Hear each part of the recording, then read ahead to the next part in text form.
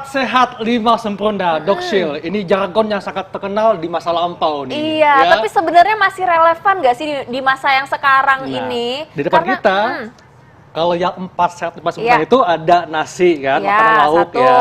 Kemudian lauk pauknya ada ikan, ayam, telur, tempe tahu, ada sayuran ya, buah-buahan, dan disempurnakan dengan susu. Tapi nih ngomong-ngomong soal susu, ini kan jadi minumannya hanya susu ya kalau di 4 sehat 5 sempurna. Betul. Sedangkan kan kita butuh banyak minum air putih juga. Dan kita nggak tahu nih bagaimana porsinya kan, takarannya. Betul banget. Dan apakah masih relevan ya? Langsung aja nih kita undang Dr. Ida Gunawan, spesialis gizi klinik. Siang Dok, apa kabar? Siang dokter. Dok, kita lagi ngebahas jargon 4 sehat 5 sempurna nih Dok. Apakah masih relevan Dok? Karena kan yang ini kan tidak diketahui porsinya kan. Tapi ada anggapan Dok di masyarakat ya bahwa susu sebenarnya sudah tidak wajib lagi dikonsumsi untuk memenuhi gizi harian. Karena kandungan susu bisa didapatkan dari menu protein yang lain. Ini fakta atau mitos Dok? Ya ini fakta. Fakta ya Dok ya? Betul, oleh karena itulah kenapa slogan 4 sehat 5 sempurna itu sekarang sudah diganti menjadi gizi yang seimbang. Gizi yang seimbang. Ya, gizi lengkap seimbang. Nah itu yang diminta. Soalnya kalau kita menggunakan 4 sehat 5 sempurna, yang pertama, yang penting ada 4 sehat ya. Ada nasi, ada lauk. Mau nasinya 1 kilo, lauknya cuman sedikit aja, itu juga yang penting ada. Gitu. Jadi artinya berarti nggak ada porsi jumlahnya, ya Dok ya? Jumlahnya tidak ditulis di dalam 4 sehat 5 sempurna. Yang kedua, 4 sehatnya udah dapat, tapi kita akan merasa tidak menjadi sempurna kalau nggak dapat susu.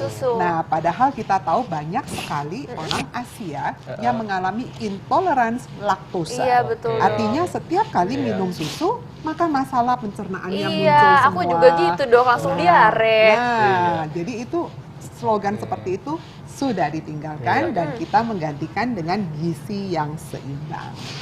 Oke, sedangkan selain itu kalau saat ini Dok, ini yang lebih dipentingkan kan porsi Dok. Misalnya ini ada fakta atau mitos juga nih Dok yang berada di masyarakat. Katanya porsi makanan, ini porsi makanan yang dikonsumsi adalah salah satu faktor terpenting untuk mendapatkan tubuh yang sehat. Fakta atau mitos ini Dok? Ya, ini adalah fakta.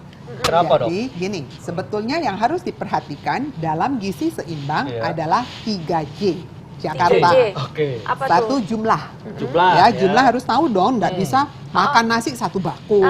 Katanya porsinya. Satu kepal tangan kita ya Dok ada ya? takarannya ya, kira-kira 1 kepal tangan atau kira-kira 100 gram. Untuk nasi Dok ya? Untuk nasi ya, 1 kepal Nah tangan. tangannya tangan kita sendiri ya?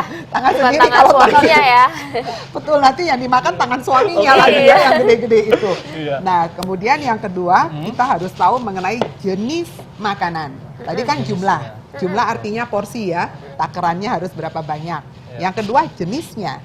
Dalam setiap kali pemilihan makan harus cukup yang namanya karbohidrat.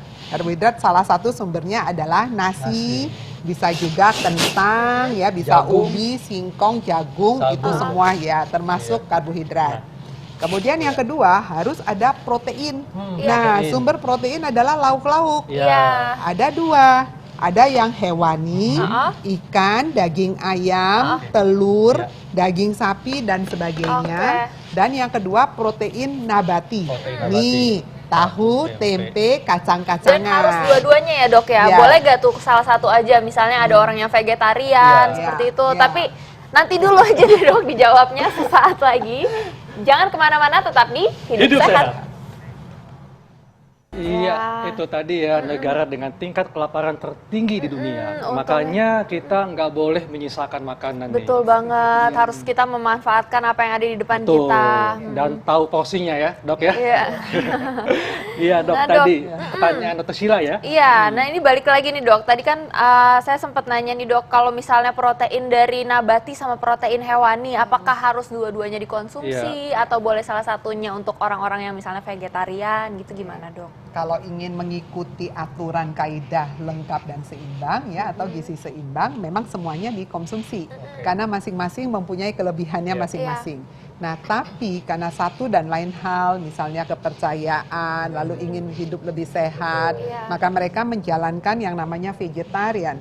Vegetarian umumnya sumber pasti berasal dari protein nabati, kacang-kacangan, tahu tempe, dan kawan-kawan. Nah, masing-masing punya kelebihannya. Yang paling sering terjadi kekurangan pada sumber protein nabati adalah defisiensi B12 biasanya. Nah, alangkah baiknya jika tidak usah menjalankan yang murni sekali sampai totally sama sekali kan vegan, vegetarian itu Iya. ada kelasnya. Ada yang vegan sama sekali nggak pakai susu ya. pun nggak boleh. Nggak boleh ya. Jadi mungkin ada negosiasi atau apa boleh. Tapi kalau memang kepercayaan menyatakan tidak boleh sama sekali, itu ada solusinya juga. Misalnya dengan penambahan suplemen dan kawan-kawan ya. Oke.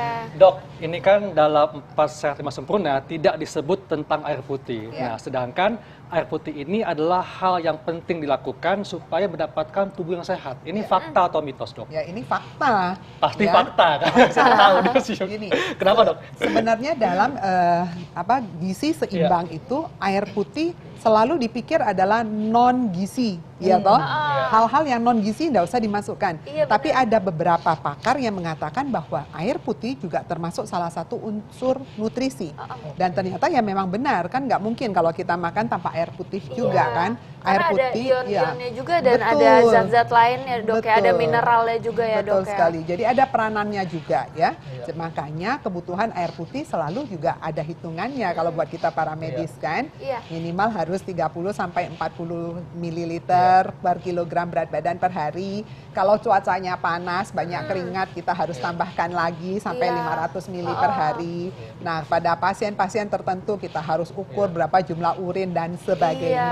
Artinya kebutuhan cairan memang harus dimasukkan. Paling Oke. tidak mungkin 8 gelas sehari, Dok ya. Ya. 2 literan, Ya, Dok. paling tidak minimal itu Minimal ya. Minimal ya, Kita Dok, itu. ya. Tapi tergantung kondisi kesehatan pastinya ya.